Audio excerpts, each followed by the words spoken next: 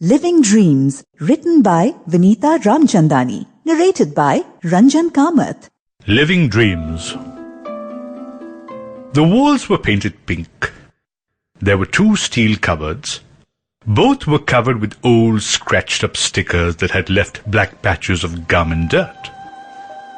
On top of the cupboard were 2 suitcases draped with an old curtain. Attached to the wall was a rack with a dozen hangers. Except for 2 hangers, all were empty. One had a mundo, and on the other hung a neatly pressed striped pant and shirt.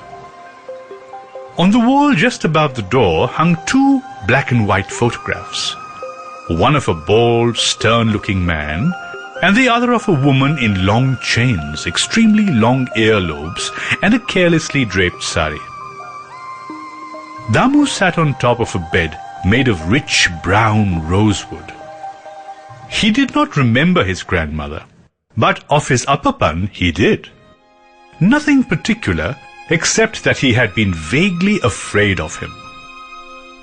The bed in which Damu had made himself comfortable had been made only a couple of hours ago, yet it was already in complete disarray.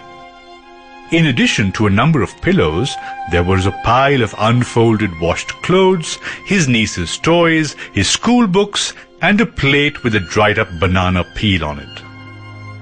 Damu was comfortable with all the chaos. Outside, the sea gave a continuous, dull roar. But Damu was deaf to the sound of the sea, partly because it was a sound he had been hearing all his life. When something becomes a part of your existence, it becomes like breath. It simply doesn't register. The other reason why Damu was deaf to the sea outside his home was because he was immersed in the roar of the audience before him. Damu was standing on stage. Hundreds of students from school were looking at him in adoration. Damu was singing. The knotted rope in his hands was the mic, and the dotted tiles that made the flooring were the audience. Damu was singing. He was actually singing. He crooned the latest number that was doing the rounds on radio. And in his ears he sounded just like the Hindi film playback singer. Tears welled up in his eyes. In the crowd, Damu could see his father and his uncle. Both were crying.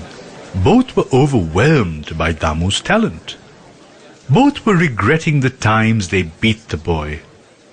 He's so talented, both father and uncle were thinking. Why did we hit him? They were swearing never, never to touch him again. Damu's golden voice had struck a chord. They were crying unashamedly, and Damu was crying too. The song ended. Damu's crooning abruptly stopped. While the radio jockey cheerfully rattled something in Hindi, a language that Damu did not understand, Damu adjusted his hair in the mirror that was fused on the door of the steel cupboard. The next song began. It was a duet. Now who should be singing along with him? The audience looked on. Damu started singing. Next to him stood Jhansi, the pretty girl who had just joined school. Damu started doing little hip movements and making eyes at Jhansi.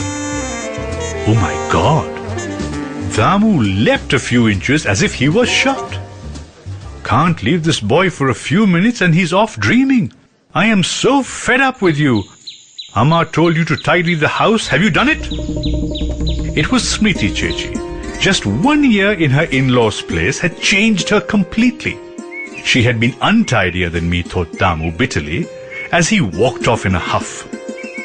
Apparently her in-laws kept the house spotless, and Anand Chetan, too, was immaculate. Now, home was their house, a sprawling mansion in the big town, this house being so stuffy. Even her laughter had changed into an irritating tinkle. So false, thought Damu sullenly. The excitement of getting to see his sister after a whole year quickly soured. Smriti Chechi had gone through a metamorphosis. Everything was... Sample complete. Ready to continue?